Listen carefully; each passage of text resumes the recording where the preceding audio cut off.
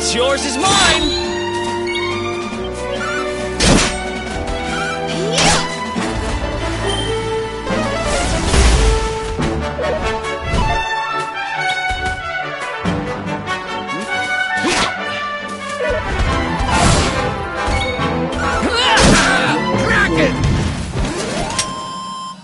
Ha!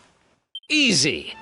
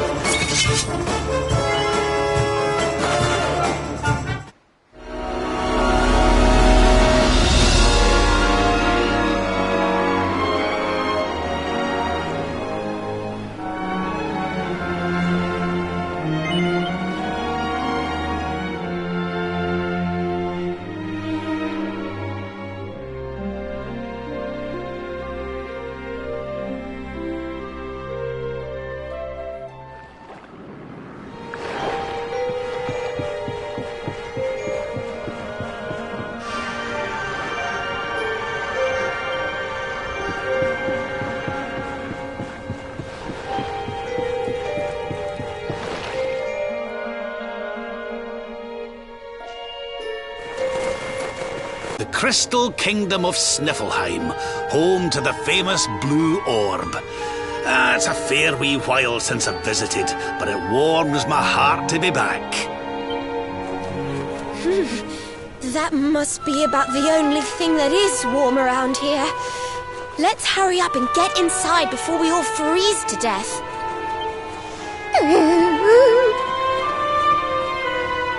Huh?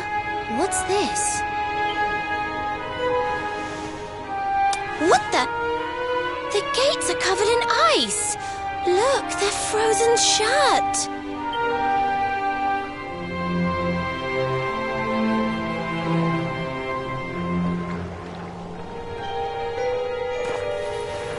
How strange. Still, I suppose it's only natural they'd ice up in a climate as cold as this. Natural, my foot. What about all the people inside? How are they supposed to live if they can't get in or out of the city?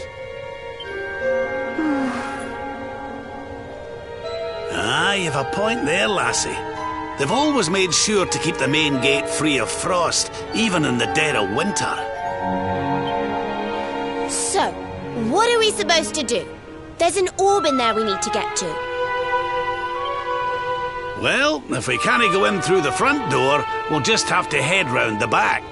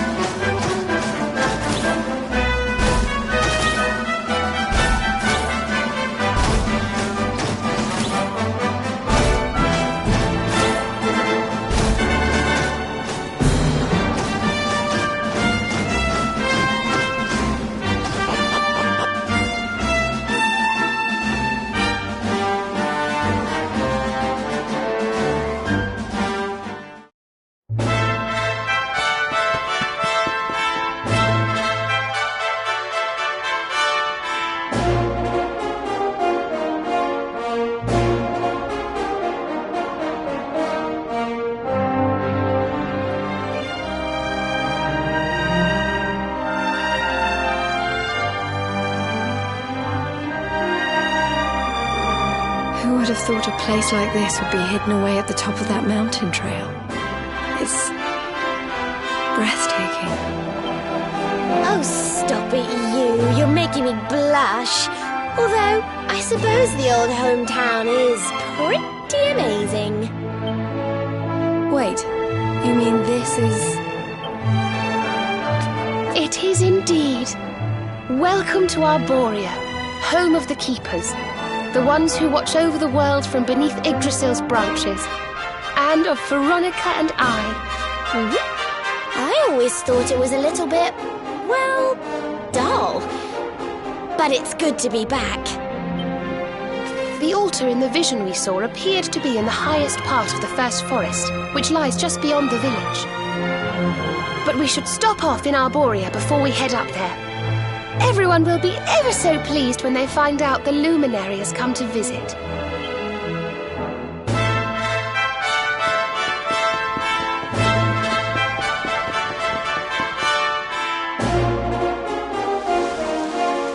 O great and glorious Yggdrasil, whose holy heart is the source of all life, and to whom all life returns, we thank you for this gift. The withered leaves fall from your branches, and fresh buds spring forth in their place.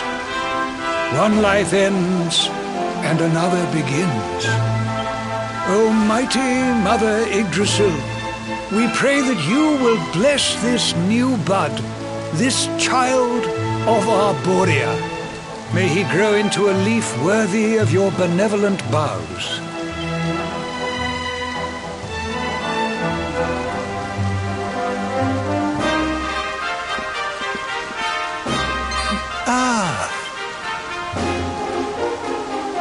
Well, well, our beloved twins return. And how long have you two been loitering there, pray? Good day, Holy Father. It's ever so nice to see you again. And everybody else, of course. Everyone seems well. As do you, my dear. But, Veronica, were you not taller when last we met? It's a long story. Anyway, that's not important right now. What is important is that we did what you told us to. We found the luminary.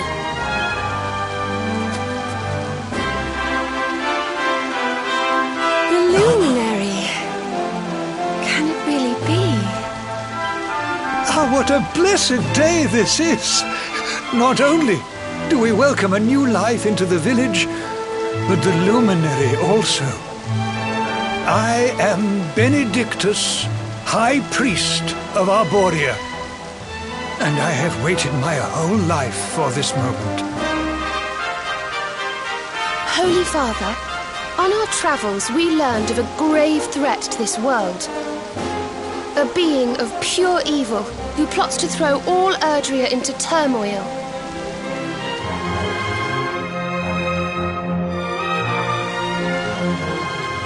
I see. So this Mordigan has corrupted the minds of Heliodor's best and boldest, and is using his evil influence to turn the world against our friend here. Yes, but we think we may know how to defeat him. We have to go to the World Tree. A great power awaits us there. There's an altar somewhere in the First Forest. We think we can use the orbs to get up to Yggdrasil. It is just as I dreamed it all those months ago. I saw you, my dears. You were climbing toward the Tree of Life, the luminary beside you. It was this vision that caused me to send you on your quest to seek him out. A vision surely granted unto me by mighty Yggdrasil herself. All is now clear. You were climbing toward the great altar of the First Forest. And indeed, this is where you must go. The path to the forest lies beyond the cathedral, as of course you know. I will await you there. When you have all 6 sacred orbs in your possession, come to me, and I will show you the way.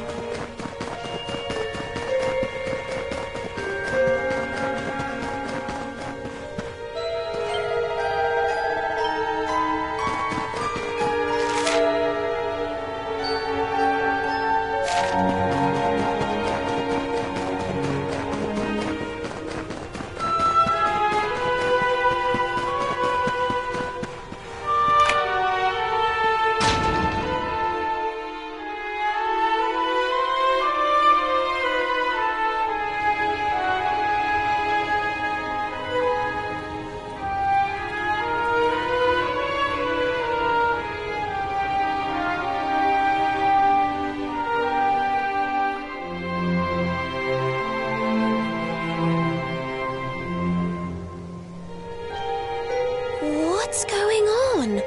The whole city's been turned to ice. It's just like what happened to the gates. This doesn't seem natural at all. This may be the Crystal Kingdom, but it shouldn't be frozen solid, cold winter or no. We'd better take a look around.